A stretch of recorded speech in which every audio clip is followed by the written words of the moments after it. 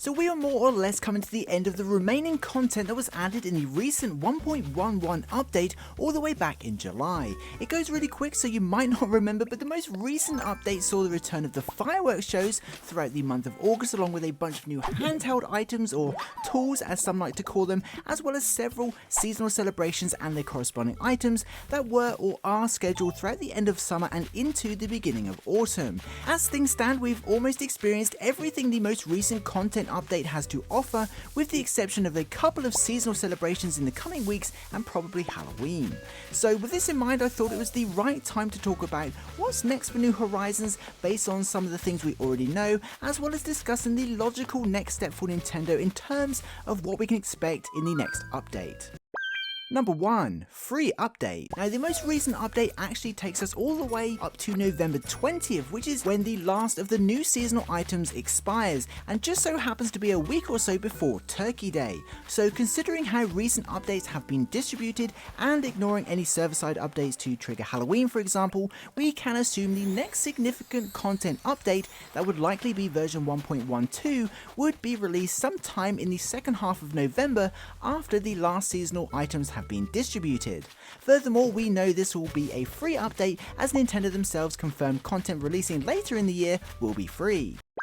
Number 2. Turkey Day. Naturally, the updates we receive are to add new content to New Horizons, as well as to refresh old events for veteran players so they have something new to work towards. So the first thing we can really expect to see is a refreshed Turkey Day that will likely consist of a handful of new DIY recipes or new furniture items that will be made available alongside the existing Harvest Furniture series from last year. We've experienced this with every holiday in 2021 so far, including Bunny Day, wedding season and Halloween, amongst others.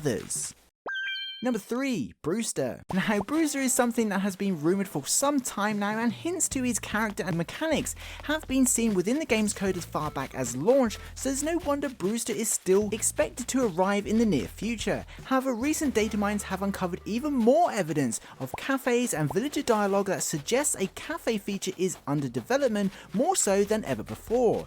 This news, alongside Nintendo's recent statements of promising new and exciting activities are in the works, and that more content will release later this year, is looking promising. Brewster will finally arrive in the next update. Should Brewster arrive, we can expect to see a museum expansion to house the cafe. However, it's likely that Brewster will show up as a travelling character first, like Mabel for example, rather than simply appearing one day in the museum.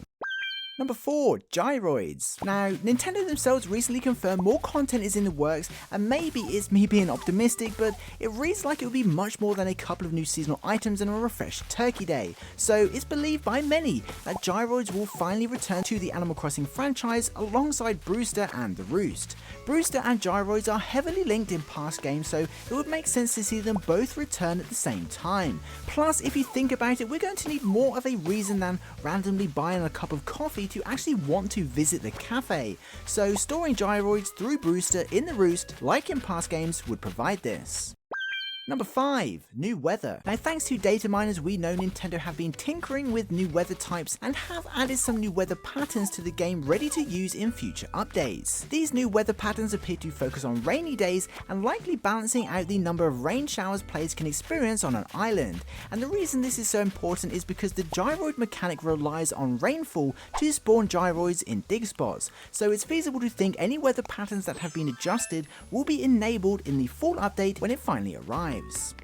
Anyway, those are the main features we can expect to see in the upcoming fall update, along with the next wave of seasonal items of course for December, probably some quality of life updates, and maybe even a Toy Day refresh too, who knows. I do have a good feeling about this next update, and I think it will be the biggest we've seen, especially since Nintendo themselves have acknowledged the need for new content a few times now. Plus, they're going to want to promote New Horizons for the holidays as much as they can, so I think we're going to see some really awesome new content that helps promote this. But what do you think about potential fall update? Will Brewster finally return? And will Nintendo add even more surprises? Be sure to let us know your thoughts in the comments below. Of course, thank you so much to all the Patreon and channel members for supporting this channel. And until next time, have an amazing day, stay safe, and I'll see you in the next one.